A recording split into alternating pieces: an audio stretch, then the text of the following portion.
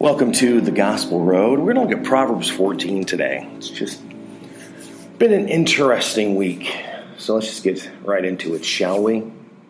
The wisest of women builds her house, but folly with her own hands tears it down. Whoever walks in uprightness fears the Lord, but he who is devious in his ways despises him. By the mouth of a fool comes a rod for his back, but the lips of the wise will preserve them. Where there are no oxen, the manger is clean, but abundant crops come by the strength of the ox. A faithful witness does not lie, but a false witness breathes out lies. A scoffer seeks wisdom in vain, but knowledge is easy for a man of understanding. Leave the presence of a fool, for there you do not meet words of knowledge. The wisdom of the prudent is to discern his way, but the folly of fools is deceiving. Fools mock at the guilt of offering, but the upright enjoy acceptance. The heart knows its own bitterness, and no stranger shares its joy. The house of the wicked will be destroyed, but the tent of the upright will flourish. There is a way that seems right to a man, but it ends in the way of death.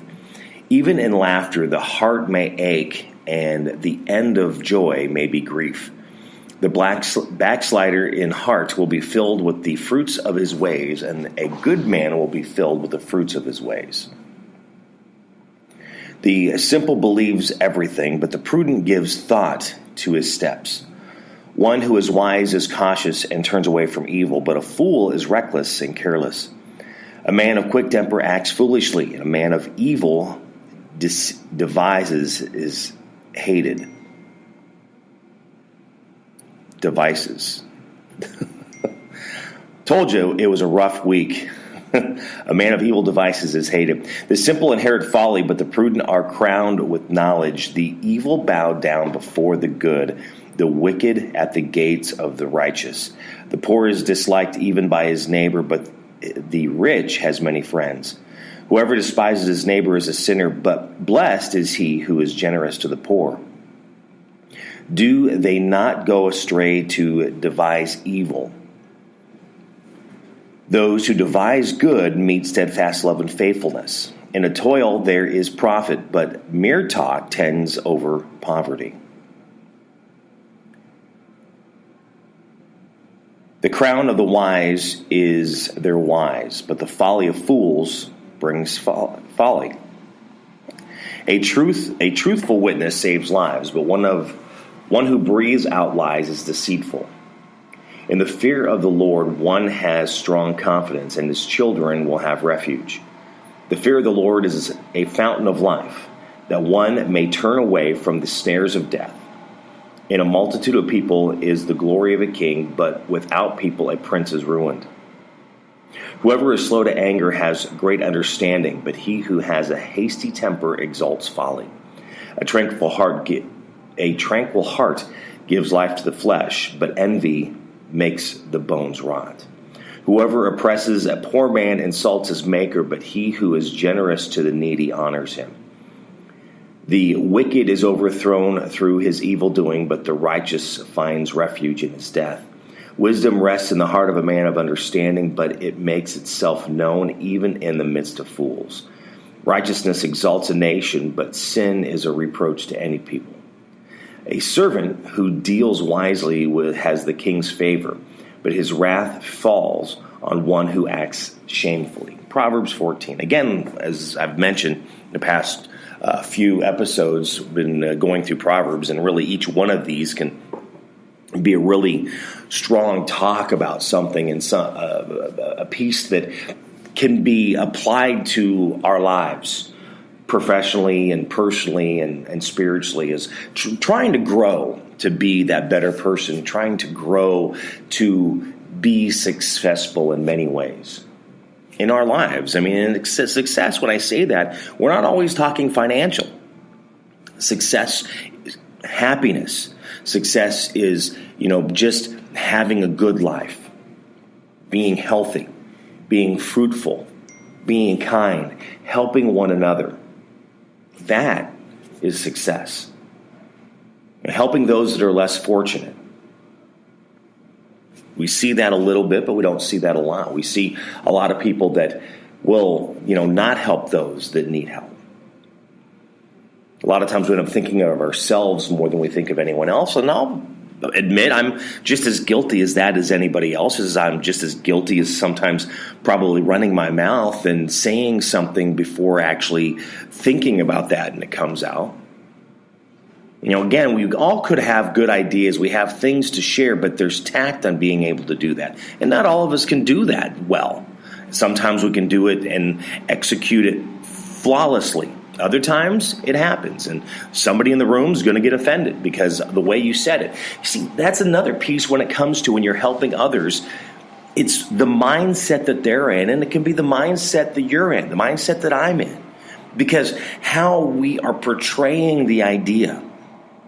And for whatever the reason is, we would rather not have the conversation with somebody and talk things through to find out where that idea came from, even if we're not 100% sure of that, to see where it came from, to see why it's being portrayed that way, why it's being shared that way, why it's being presented that way. We would rather be offended. We would rather say, shut that person down. We'd want to hear no more out of them. Now, maybe it's because the ideas that are being shared are really good ideas. They do not like them. They do not want change. You're not able to help them. Or it could just be that own personal ego. A lot of times when you're trying to share something, again, I fail at this more often than I'm sure most do. When you're trying to share an idea, you have to share it in a way that it's their idea and not yours. You're helping them to be better, but it has to be a way that they came up with that solution. They came up with the plan because they want the credit. They've got to pad their own mind. I know it's not right. I know it's frustrating. I know it's not always the best way to deal with things. But again, I was talking about how I was reading Dale Carnegie's book of, how to make friends and influence people. I might be messing up that title a little bit, but if you have not read it yet, read that, because there's lots of great allegories, lots of great stories, lots of great examples in there. And that's one of the things that he was talking about is how you need to allow them to feel like they did it. They were the person to come up with these big solutions. Because you're helping them. And again, this is a way of being able to have that conversation with people and being able to be that influence.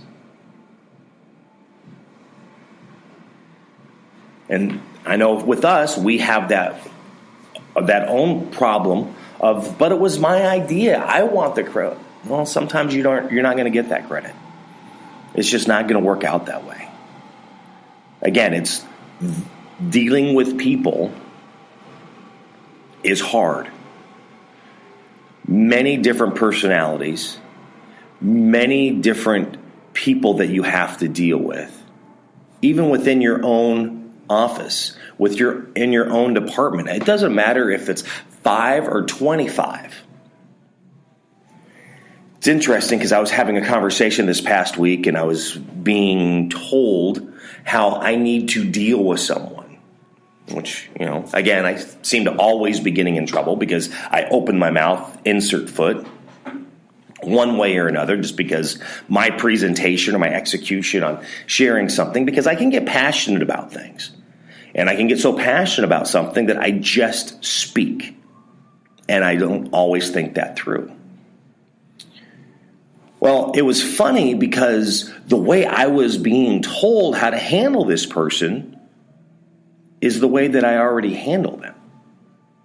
Not that it's a handle, but it's, allowing them to talk about them, allowing them to have their conversation so they can share everything they want to talk about.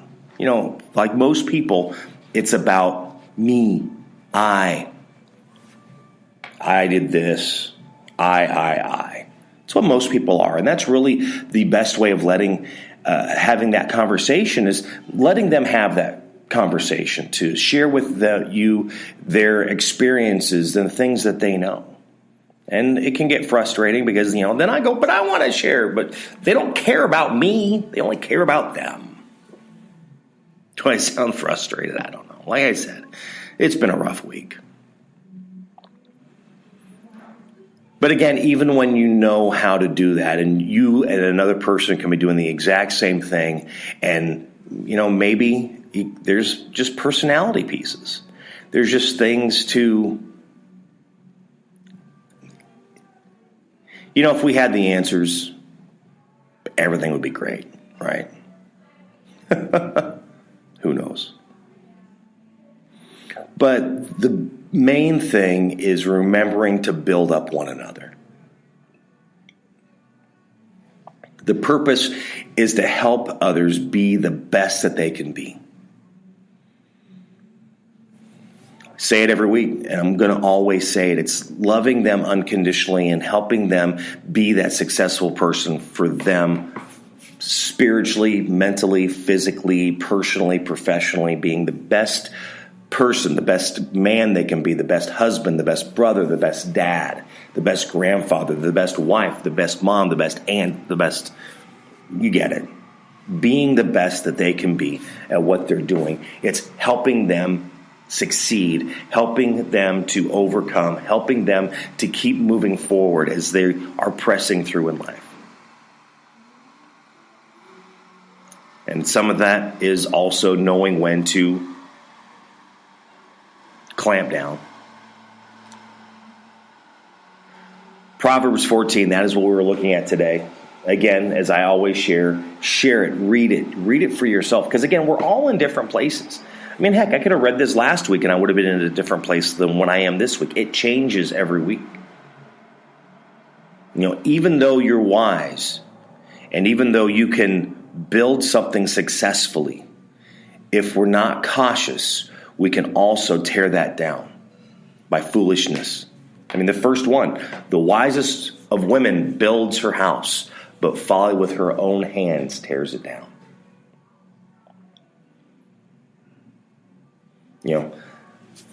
Where there is no oxen, the manger is clean, but abundant crops come by the strength of the ox. Proverbs 14. Read that. Where are you today? What are you doing this week to help someone? Who are you working with? Who is your friend? Who is the person, your coworker, that you're trying to help them get to that next level? I know there's a friend of mine that I've been talking to for months. They've been applying for jobs to no avail. And finally, they got something. And it's great. It's a fantastic door that opened for them. Very happy for them. Being able to have that confidence in others to help them know that you can do this. You can overcome. You can deal with what is happening. I know it's not easy for me because I've told you many times, my confidence level is nothing. That's exactly where it is. So, of course, when I have the confrontations this past week, no, not really the confrontation, but the talk,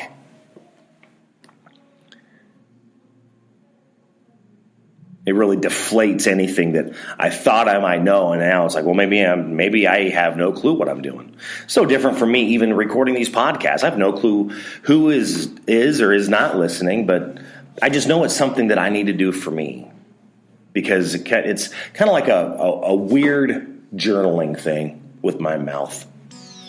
Rather than blogging it, I'm saying it. But again, sharing with you where I am, in hopes that it's going to help you where you are to grow and be stronger and to help others, build them up, help them be better, help you be better. And in this, it helps me be better. Thank you for listening to The Gospel Road. Have a great day. God bless.